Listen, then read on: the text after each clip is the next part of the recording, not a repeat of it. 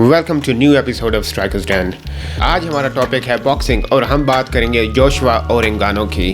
पहले इंगानो और फ्यूरी की फाइट हुई थी तो हमने कहा था कि क्या इंगानो ने परफॉर्मेंस की थी, आला परफॉर्मेंस थी, बहुत ही अच्छी उसने परफॉर्मेंस दी थी। और जैसे ही हमने प्रिडिक्ट किया था उसका शो डाउन होगा किसी बड़े हैवी वेट के साथ, तो वैसे ही हुआ।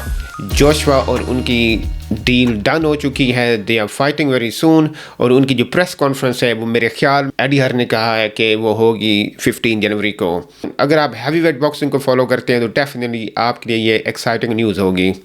अंगानो की स्टोरी क्या अजीबो गरीब और आला स्टोरी है। वो बंदा जो कि 2012 में जॉबलेस बंदा है, 2012 में जहाँ पे जोशुआ ओलंपिक गोल्ड मेडल जीत रहा है, उसको अपने फ्यूचर का नहीं पता और जाके वो जाता है UFC का चैम्पियन बनता है। और उसके बाद वो फाइट करता है अपने इरा का जो one of the best boxer अभी है टाइसन फ्यूरी, उसके साथ जाता है। तीसरे राउंड में उसको ड्रॉप करता है और एक जज के स्कोर कार्ड पे वो जीत भी जाता है। स्प्लिट डिसीजन के साथ वो फ्यूरी जीतता है, जो कि और काफ़ी लोग समझते हैं कि इंगानो वो फाइट जीत चुका था। मेरे ख्याल में वो एक राउंड से हारा था, लेकिन डजंट रियली मैटर। जो उसने प्रूव किया है कि वो सिर्फ UFC का चैम्पियन नहीं है बल्कि वो बॉक्सिंग की दुनिया में भी अपना एक झंडा गाड़ सकता है। और फ्यूरी के बाद अंगानो जा रहा है हैवी वेट एक और पावर हाउस के अगेंस्ट। किसने एक्सपेक्ट किया था कि उसकी डील जोशुआ के साथ होगी? इसका मेरे ख्याल में क्रेडिट जितना दिया जाए कम है सऊदी अरेबिया को, क्योंकि वो बहुत सी फाइट्स जो आपको एक नॉर्मल सर्कमस्टांसेस में या जैसे उसमें प्रमोटर्स काम करते हैं तो उसमें जो फाइट्स आपको नॉर्मल नहीं मिलती वो फाइट्स सऊदी अरब मैनेज करता है, क्योंकि बहुत ज़्यादा मनी इन्वॉल्व होती है। तो ज़ाहिर सी बात they really throwing the money, और वो अपने कंट्री में बड़ी बड़ी फाइट्स बड़े स्पोर्ट्स इवेंट करवाना चाहते हैं और वो करवा रहे हैं। और इन सभी फाइटर्स को इंगेज कर रहे हैं, प्रमोटर्स को इंगेज कर रहे हैं और वो मैनेज कर रहे हैं कि बड़ी बड़ी फाइट सेटअप करने के लिए। तो अगर आप कुछ पिछले अरसे से देखें तो जो भी बड़ी मेन फाइट्स हैं वो तो सऊदी अरेबिया में है। पहले होती सी आपकी वो फाइट्स US में, लेकिन अभी वो सारी बड़ी फाइट्स जो हैं वो सऊदी अरेबिया में हो रही हैं। हमारे दिल में अंगानो को लेके अभी भी कुछ सवाल हैं कि आइदर के वो बॉक्सिंग की जो वो फुटवर्क है, उसकी जो पावर है, उसकी जो स्पीड है, उसके साथ कोप कर सकता है कि नहीं। फ्यूरी के खिलाफ हमने एक्सपेक्ट नहीं किया था, मैंने खुद एक्सपेक्ट नहीं किया था कि वो इतनी अच्छी परफॉर्मेंस देगा, लेकिन he did really really good. Fighting की दुनिया में हमेशा भी होता है कि अगर आप एक बंदे को हराते हैं या अगर कंपेटिटिव होते हैं तो आप हमेशा क्वेश्चन कि वो दूसरे बंदे के खिलाफ कैसा करेगा, वो तीसरे बंदे के खिलाफ कैसा करेगा। एवरी टाइम जब भी किसी ने अंगानो के बारे में सवाल उठाया है तो उसने उसको डेफिनेटली नेक्स्ट फाइट में उसका जवाब दिया है विद हिज एक्शन। अब इस फाइट की बात करें तो ये 10 राउंड की फाइट होगी, सऊदी अरेबिया रियाद में होगी। इस फाइट में क्या कुछ स्टेक पे है जोशुआ के लिए, इसमें क्या है फाइट के लिए? अगर हम इस फाइट में देखें तो अंगानो के लिए तो डेफिनेटली बहुत कुछ पाने के लिए है, लेकिन जोशुआ के लिए क्या है? जोशुआ ने ये फाइट क्यों ली है? इसको समझने के लिए आपको ये देखना पड़ेगा कि जोशुआ का एंड गोल क्या है।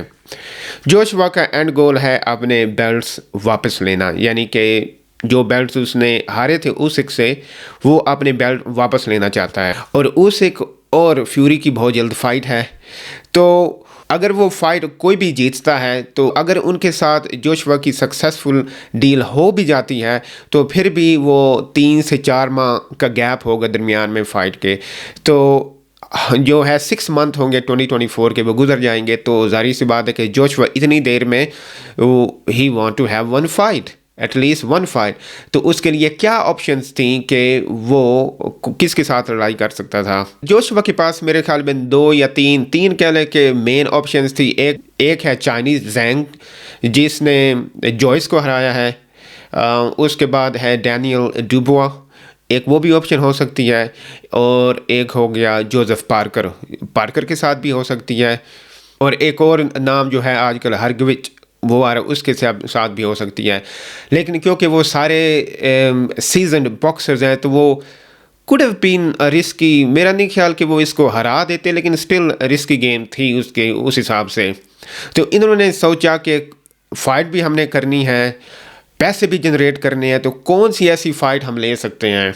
तो उनके जो ज़हन में आया मेरे ख्याल के मुताबिक वो अंगानो would be the best option, क्योंकि जाहिर सी बात है उसकी लास्ट परफॉर्मेंस के बाद हर बंदा जो चाहेगा अंगानो और जोशुआ की फ़ाइट देखने को, तो जाहिर सी बात है a lot of eyes will be on this fight as well. तो पब्लिक इंटरेस्ट भी है, पैसे भी हैं, सऊदी अरेबिया उसके लिए पैसे देने के लिए तैयार भी है। अंगानो की बॉक्सिंग में जाहिर सी बात एक फ़ाइट तो है, लेकिन कोई बॉक्सिंग में उसका एक्सपीरियंस भी नहीं है।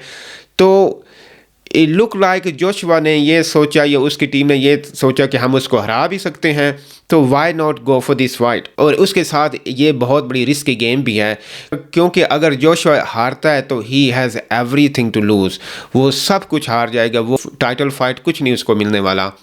तो एक साथ उसके साथ एक उसमें रिस्क भी है, लेकिन मेरे ख्याल में he is believing his abilities के ये अंगानों को तो मैं वैसे भी जो है ना हरा दूंगा। और दूसरी क्या बात हो सकती है, क्योंकि फ्यूरी और जोशुआ की हमेशा में आपस में एक होती है कि who is the best in the UK.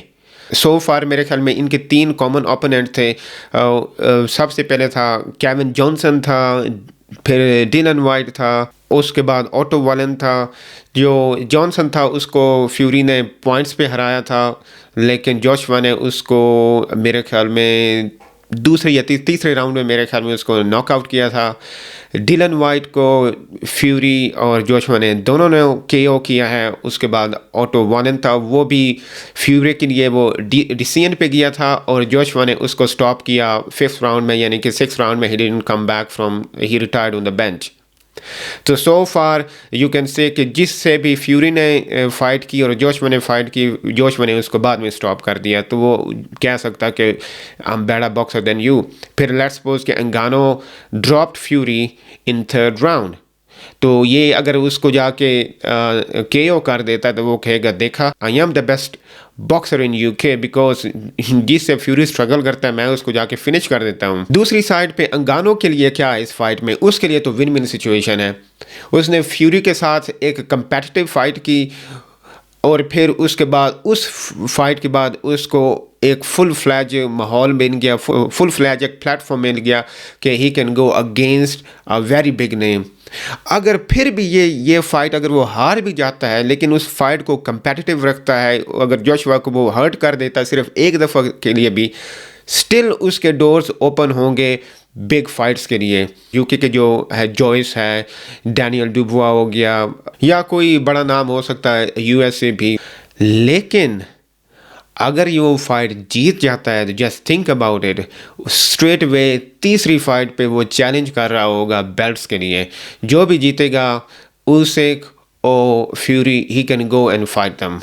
अगर फ्यूरी जीतता है तो वो तो एक मेगा इवेंट हो जाएगा।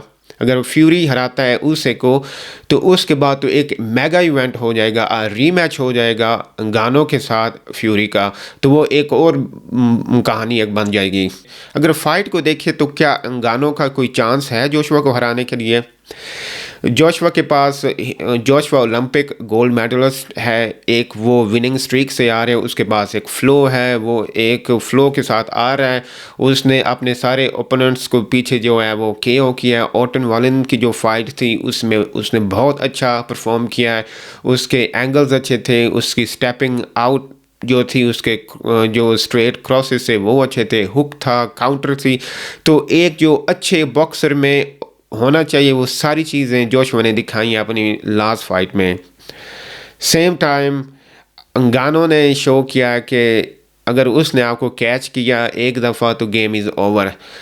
तो एक जोशुआ की, अगर आप जोशुआ को आप पुश करते हो तो उसकी थोड़ी सी आदत है कि he shells up, he goes there. तो अगर उसको अंगानो पुश कर सकता है तो पॉसिबिलिटी है कि he try to get him into war. जो अंगानो को थोड़ा सा जो एडवांटेज है वो इसकी रेसलिंग का है, तो अगर वो क्लोज रेंज में जाते हैं तो अंगानो इतना नहीं थकने वाला जितना जोशुआ थकेगा। मैं अगर प्रिडिक्ट करूं तो मेरे ख्याल में जोशुआ को ये फाइट जीतनी चाहिए।